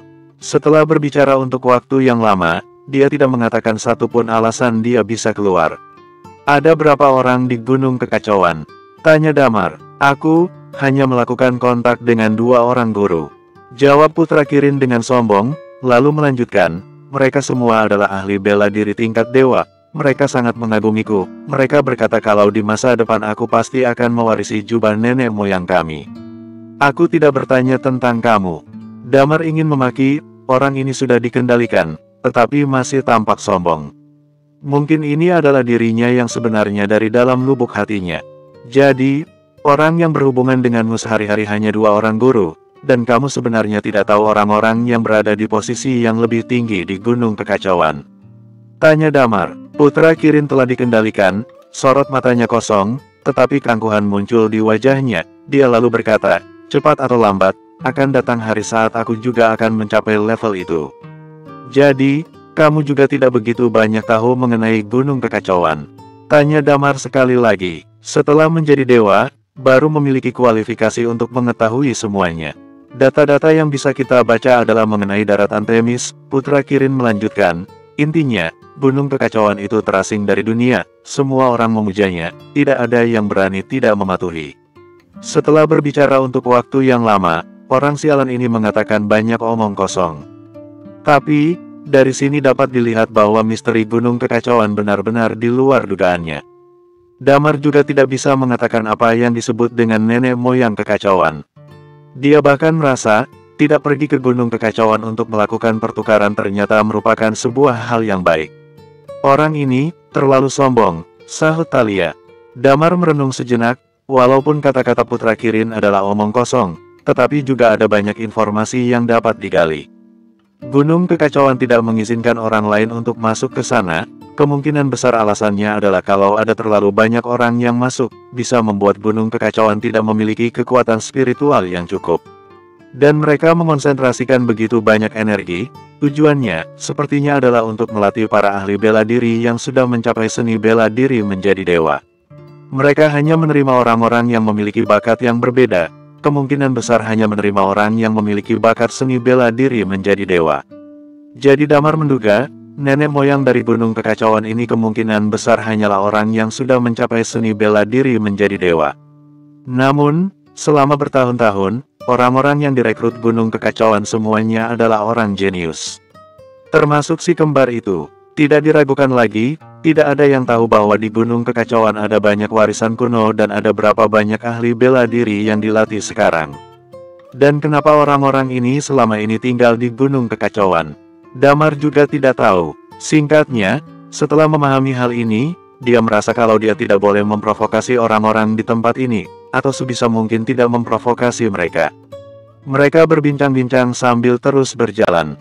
Di bumi, di kedalaman Gunung Siwa, seekor rubah berekor 9 sedang berbaring di atas sebuah batu untuk berjemur dengan sinar matahari. Sesekali dia menatap ke dalam ngarai di bawahnya. Ada banyak orang di dalam ngarai, sebagian besar dari mereka sedang duduk bersila. Di antara sekumpulan orang itu, Tetua Min Gemoen duduk di pinggir, sesekali dia mendongak menatap langit. Ada apa denganmu akhir-akhir ini? Kamu tidak berminat untuk berlatih dan tampaknya sedang banyak pikiran. Dewa Mabuk melangkah maju ke sisinya, lalu menepuk punggungnya dan bertanya. Tetua Min Gemoen mengambil sebotol bir, mengarahkannya ke mulut dan meminum seteguk. Kemudian dia menatap ke kedalaman langit berbintang dan berkata, aku mungkin akan mengucapkan selamat tinggal kepada kalian untuk selamanya. Bersambung, 1839. Kamu kenapa? Tanya Dewa Mabuk. Apakah kamu sekarat? Dengan kematian, tidak berbeda jauh. Tetua Min Gemoen tersenyum getir dan melanjutkan, sebenarnya, klan kita adalah klan yang terkutuk. Aku merasa di alam semesta ini, sepertinya ada sebuah pintu yang harus aku jaga. Kamu bodoh ya? Dewa Mabuk terkejut dan melirik Tetua Min Gemoen. Kemudian dia kembali menatap ke dalam ngarai dan berkata, sialan. Sebenarnya apa yang terjadi dengan Pak Iman? Kecepatan latihannya sangat cepat. Di ujung ngarai, Iman sudah melewati parit sepanjang 290 meter. Akhirnya jaraknya cukup dekat dengan tulang naga dan tulang phoenix. Tetua Min Gemoen tidak membalas. Dia menatap langit dengan tatapan khawatir, seolah-olah ada sesuatu yang mengganggu batin dan pikirannya. Sepanjang perjalanan, Damar tidak berjalan dengan terburu-buru. Keluar dari gurun tandus membutuhkan waktu 2-3 hari. Di malam hari pertama, mereka memburu seekor binatang buas dan Damar sedang memanggangnya. Aroma makanan terus menyebar ke segala penjuru.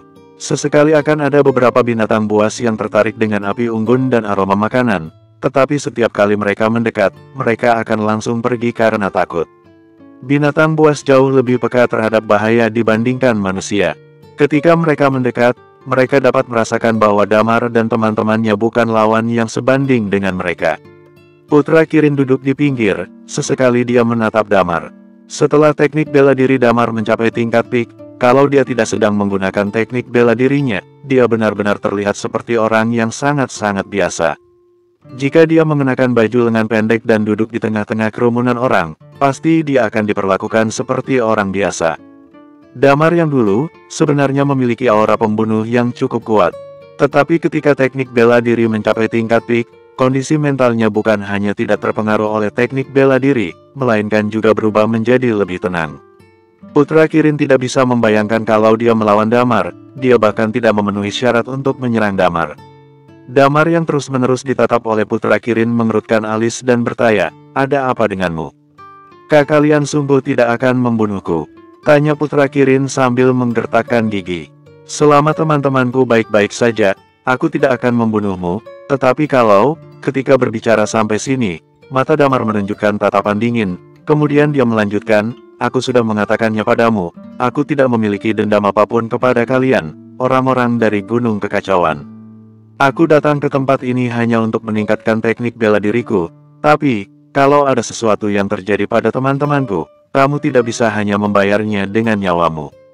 Putra Kirin menelan ludah dan menyahut, mereka baik-baik saja, tapi sekarang karakteristiknya kami kunci dengan teknik rahasia, dia sama seperti manusia biasa, namun tentu saja nyawanya tidak dalam bahaya. Mendengar penjelasannya itu, Damar menghela napas lega. Tapi, pada saat ini, ekspresi wajah Putra Kirin tampak agak aneh. Satu orang lainnya yang kehilangan karakteristik dibawa ke bagian dalam Gunung Kekacauan. Hah, Damar mengerutkan alis, lalu bertanya, tempat apa itu? Aku, saat ini belum memenuhi syarat untuk masuk ke sana.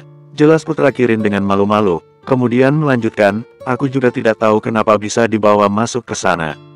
Kalau mendekat ke gunung kekacauan dan kehilangan karakteristik, orang itu akan dibawa masuk, tapi dibawa untuk apa aku juga kurang tahu. Damar melirik dia dan berkata, kalau begitu, lebih baik kamu berdoa saja sekarang, semoga mereka baik-baik saja. Putra Kirin menggertakkan gigi, lalu menatap Damar dan bertanya, kamu, apakah benar-benar berusia sekitar 30 tahun? Ya, benar. Damar mengangguk, lalu melanjutkan, bukan hanya aku, mereka berdua juga berusia sekitar 30 tahun. Sambil berkata begitu, dia menunjuk Lilia dan Thalia di sebelahnya. Tidak mungkin, seru Putra Kirin, aku tidak percaya orang di umur yang sama lebih hebat dariku. Aku telah berkultivasi di Gunung Kekacauan. Di dunia ini, tidak ada tempat lain yang lebih cocok untuk berkultivasi dibandingkan Gunung Kekacauan. Ya sudah kalau kamu tidak percaya, sahut Damar dengan cemberut. Kecuali kamu mengizinkan aku merasakan tulangmu, aku bisa menghitung usia tulangmu, kata Putra Kirin. Setelah berkata begitu, dia berjalan ke samping Damar, lalu menyentuh pergelangan tangan Damar. Damar hanya menatapnya tanpa memberikan perlawanan. Putra Kirin tampak sedikit gugup, dia meremas pergelangan tangan Damar. Ketika dia menyadari bahwa Damar tidak memberikan respon apapun, barulah dia benar-benar merasa lega. Setelah beberapa saat berlalu, ekspresi wajahnya tiba-tiba berubah dan dia pun berkata, bagaimana bisa, usia tulangmu, benar-benar begitu muda, tidak mungkin. Dia terus menggelengkan kepala. Damar mengerutkan bibirnya dan berkata, sebenarnya, guntur yang kamu tangkap itu, walaupun dia tidak memiliki karakteristik unik, tetapi teknik bela dirinya dapat dikatakan luar biasa. Ketika dia seusiamu, dia pasti sudah akan mencapai seni bela diri menjadi dewa, dan kamu pada saat itu, pasti sama sekali bukan lawannya. Ekspresi wajah Putra Kirin berubah. Dia sudah memeriksa tulang guntur, jadi dia tahu kalau kata-kata Damar benar, kekuatan mereka sangat kuat di usia ini, dengan perubahan di setiap tahunnya, kekuatan mereka tidak akan selalu sama. Pandangannya terhadap dunia tampaknya telah runtuh, dia mulai meragukan dirinya sendiri, dia berjalan ke samping lalu duduk. Dia adalah orang yang sombong dan merasa dirinya yang terbaik. Dia selalu percaya bahwa dirinya adalah makhluk yang tak terkalahkan di usianya. Saat ini, kepercayaannya telah hancur, dia mulai meragukan dirinya dan duduk merenung. Kata-kata Damar sama sekali tidak dia dengarkan, dia hanya bergumam pada dirinya sendiri berulang-ulang, tidak mungkin. Tidak mungkin. Damar tercengang, dia bertanya-tanya apakah dirinya terlalu kejam. Jalan setiap orang berbeda-beda. Putra Kirin memiliki kepercayaan diri yang tak terbatas, sampai sekarang dia selalu berada di jalan yang tidak terkalahkan. Ketika di jalan itu muncul kekalahan, dia jadi meragukan dirinya sendiri, teknik bela dirinya mungkin tidak akan berkembang. Seni bela diri menjadi dewa sangat-sangat sulit. Damar benar-benar tidak menduganya. Selama bertahun-tahun, ada banyak penjelajah dunia dari Paviliun Gersang. Sebagian besar dari mereka adalah ahli bela diri half god level, tetapi mereka bisa mencapai tingkat dewa. Saat ini di Paviliun Gersang hanya ada Lehmar seorang. Dapat dilihat jelas tingkat kesulitannya. Ini adalah level yang tidak dapat dicapai dengan warisan. Putra Kirin memiliki karakteristik unik, kalau tidak menyesuaikan diri kali ini, takutnya seumur hidup dia tidak akan bisa mencapai level itu. Tentu saja, ini tidak ada hubungannya dengan Damar. Damar sudah selesai memanggang makanannya. Kemudian dia membagi makanan itu untuk beberapa orang. Aku juga ingin makan, sahut Harera. Boleh, ayo, kita makan sambil belajar kuda-kuda.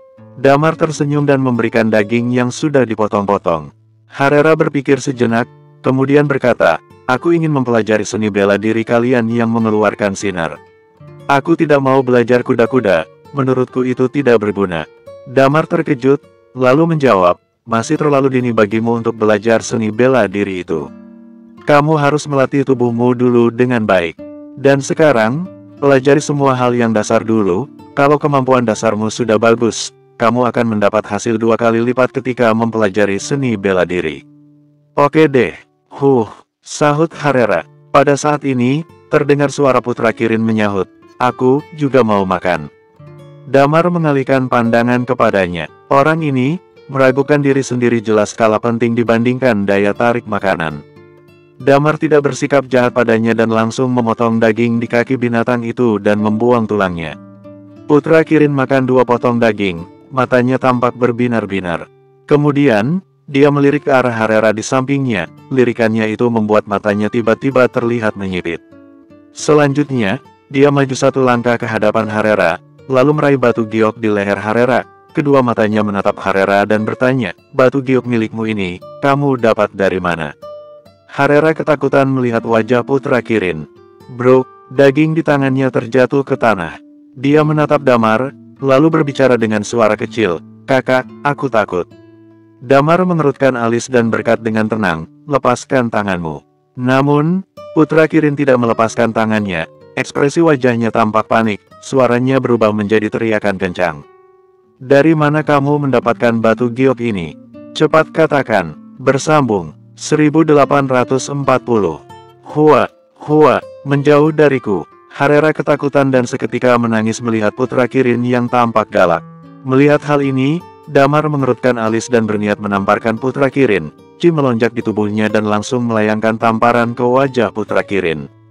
Putra Kirin berteriak kesakitan. Lalu dia segera kembali menyerbu dan meraung marah dengan ekspresi ganas. "Batu giok di tanganmu itu kamu dapatkan dari mana?"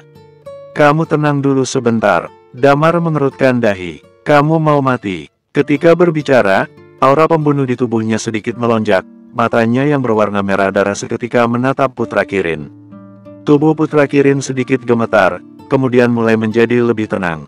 Damar tidak menyangka, ternyata putra Kirin akan bereaksi begitu kasar karena batu giok ini. Dia mengerutkan alis dan menatap putra Kirin sambil menjelaskan, "Batu giok ini ada di sebelah Harera ketika dia dilahirkan. Kamu tahu benda apa ini?" "Ada di sebelahnya ketika dia dilahirkan." "Kamu yakin?" Alis putra Kirin berkerut, lalu dia melanjutkan, "Jadi, kamu anaknya kakak." Kakak siapa?" "Kakakmu," tanya Damar dengan bingung. Di sebelahnya, Lilia sedang menenangkan emosi Harera dan pada saat yang sama dia mengernyit menatap ke arah putra Kirin. "Kakakku," putra Kirin menarik napas dalam-dalam dan melanjutkan, "Kakakku adalah putra kekacauan." "Hah?" Damar mengerutkan kening dan bertanya, "Putra kekacauan itu apa? Gelar, apa memang dia seorang pria yang hidupnya kacau?" "Dia dilahirkan di Gunung Kekacauan. Dia memiliki bakat yang sangat kuat dan merupakan penjelajah dunia di generasi sebelumnya. Ketika dia berusia 50 tahun, dia sukses mencapai seni bela diri dewa. Dia adalah orang yang paling aku hormati dalam hidupku," jelas putra Kirin. "Setelah mencapai level tersebut, dia meninggalkan bagian luar Gunung Kekacauan dan masuk ke bagian dalam gunung. Aku belum bertemu dengannya lagi selama beberapa tahun ini. Kemudian, karena dia orang luar, mungkin sekitar belasan tahun lalu, dia dikejar oleh orang-orang Gunung Kekacauan karena melanggar pantangan Gunung Kekacauan," lanjut putra Kirin. Damar mengernyit dan bertanya, "Pantangan apa yang dilanggar?" "Aku tidak tahu." Putra Kirin menggelengkan kepala dan melanjutkan, "Intinya saat itu dia membawa seorang perempuan dan seorang anak untuk melarikan diri dari Gunung Kekacauan. Kemudian, dia ditangkap dan dipenjara, sedangkan anak itu keberadaannya tidak diketahui." Putra Kirin menarik napas dalam-dalam dan bercerita, "Batu giok ini adalah batu yang selalu dia bawa kemanapun dia pergi. Dia pernah menjadi orang yang diandalkan, namun setelah dia masuk penjara, barulah aku dipilih menjadi Tuan Muda Gunung Kekacauan. Namun, aku belum mencapai tingkat dewa, jadi aku tidak bisa masuk ke bagian dalam gunung dan aku tidak tahu apa yang terjadi pada saat itu." Ekspresi wajah Damar dan Lilia berubah menjadi aneh. Mereka benar-benar tidak menyangka bahwa Harera ternyata memiliki hubungan khusus dengan Gunung Kekacauan. Sepertinya, kakak dari putra Kirin, sang penjelajah dunia ini adalah orang yang berhasil mengalahkan Liam. Semua ini, sepertinya sudah ditakdirkan. Di sebelahnya, Lilia berkata sambil tersenyum pahit. Tujuan mereka datang ke Gunung Kekacauan, yang pertama untuk meningkatkan teknik bela diri, yang kedua untuk mencari Liam, dan yang ketiga untuk membangun piramida. Tapi keberadaan Gunung Kekacauan terlalu istimewa, membuat mereka tidak berani mendekat. Kemudian mereka bertemu dengan Harera yang ternyata tampaknya memiliki hubungan dengan Gunung Kekacauan. Putra Kirin menarik napas dalam dan menyahut, "Kalian, sembunyikanlah anak ini. Dia adalah satu-satunya darah daging kakakku, aku mohon pada kalian. Batu giok ini juga harus disembunyikan." Penguasa kekacauan pernah berkata dia akan membunuh anak ini begitu menemukannya. Aneh. Damar mengerutkan bibirnya dan kembali berkata, "Masa sampai harus membunuh seorang anak? Intinya, Dia adalah anak dari kakakku. Kalian harus menyembunyikannya dengan baik. Aku mohon pada kalian.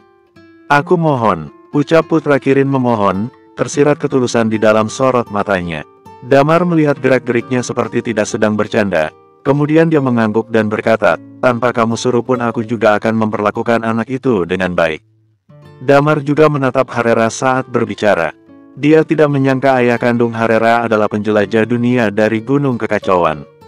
Mendengar penjelasan Putra Kirin, ayah kandung Harera sepertinya orang yang cukup baik.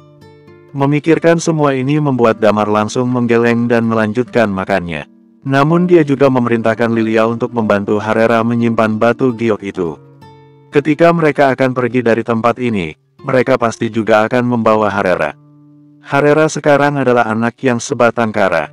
Ayah angkatnya sudah tiada, ayah kandungnya ada di penjara di Gunung Kekacauan dan Gunung Kekacauan menginginkan nyawanya.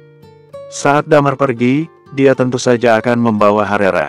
Setelah meninggalkan kawasan kabut putih, mereka tidak takut dengan kejaran Gunung Kekacauan. Karena peringatan Putra Kirin kali ini membuat hidupnya beberapa hari ke depan menjadi jauh lebih mudah. 2 hari kemudian, Damar dan yang lainnya tiba di langit.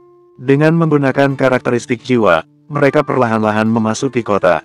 Setelah masuk ke dalam sana, tidak lama kemudian ada orang yang melihat mereka. Damar dan yang lainnya langsung menghindar. Pengemis Rin. Dia pengemis Rin. Apa kalian belum pernah dengar? Pengemis Rin ini adalah seorang ahli bela diri yang tak tertandingi. Dia membunuh seorang ahli bela diri half god level dengan sebuah pedang di pavilion gersang. Gawat, aku pernah memukulnya sebelumnya. Apa yang harus aku lakukan? Apa orang-orang di sekitarnya adalah orang-orang yang menaklukkan trio kematian? Mereka baru saja memasuki kota, namun ada orang yang langsung mengenali pengemis Rin dan mereka pun mulai membicarakannya. Jelas, berita mengenai Damar dan yang lainnya memang telah menyebar di pavilion gersang. Namun Damar tidak terlalu peduli, begitu pula dengan pengemis Rin yang tidak menghiraukan orang-orang itu. Mereka tiba di tempat yang mirip dengan penginapan, sekelompok orang yang berjumlah 6 orang itu masuk ke dalamnya. Orang-orang di sana mengenal pengemis Rin, mereka menatap pengemis Rin dengan gemetar. 3 kamar, ucap pengemis Rin kepada penjaga penginapan. Orang itu tampak gugup dan menelan ludah, kemudian berkata, pengemis Rin, maaf sebelumnya aku pernah menyinggungmu, dan juga. Tanpa basa-basi pengemis Rin menyahut, aku ingat, seharusnya saat itu kalian sudah mati. Atur 3 kamar, uangnya. Pengemis Rin sejenak terdiam sejenak kemudian melanjutkan, nanti kalau uangku cukup, akan aku bayarkan. Sepertinya dia berniat untuk terus menjalani kehidupan sebagai pengemis di kemudian hari. Damar tidak terlalu banyak ikut campur dengan pilihan hidup pengemis Rin. Setiap orang pasti memiliki jalan hidupnya masing-masing. Damar tidak ingin mencampuri kehidupan pengemis Rin. Penjaga penginapan segera mengatur kamar untuk pengemis Rin. Itu adalah kamar-kamar yang cukup luas. Damar membersihkan diri sebentar. Setelah selesai dia mengajak Putra Kirin datang ke lobi hotel di lantai bawah. Di lobi, ada sebuah meja dipenuhi dengan bir dan makanan. Pengemis Rin duduk di sana sendirian. Dia duduk di bangku dan makan. Kalau dulu, pasti banyak orang yang menggoda, mengejek, dan bahkan memukulinya. Tapi sekarang, masalah pavilion gersang sudah menyebar ke seluruh daratan Temis. Perihal pengemis Rin, orang langit juga banyak yang tahu. Sekarang tidak ada satupun orang yang berani mengatakan sepatah kata pun. Pada saat ini, pengemis Rin tiba-tiba berbicara, setelah makan, aku akan langsung pergi. Damar mengangkat alisnya dan bertanya, melanjutkan kehidupanmu yang dulu. Ya, pengemis Rin mengangguk dan berkata, menjadi pengemis, senang menjadi pengemis. Tapi orang-orang di langit mengenalku, kemungkinan besar aku tidak akan bisa tinggal di kota ini. Damar juga tidak berani ikut campur. Di saat yang sama, sebuah suara terdengar dari arah pintu, kembalilah ke kuil. Kamu tidak lelah hidup lontang-lantung jadi gelandangan. Bersambung.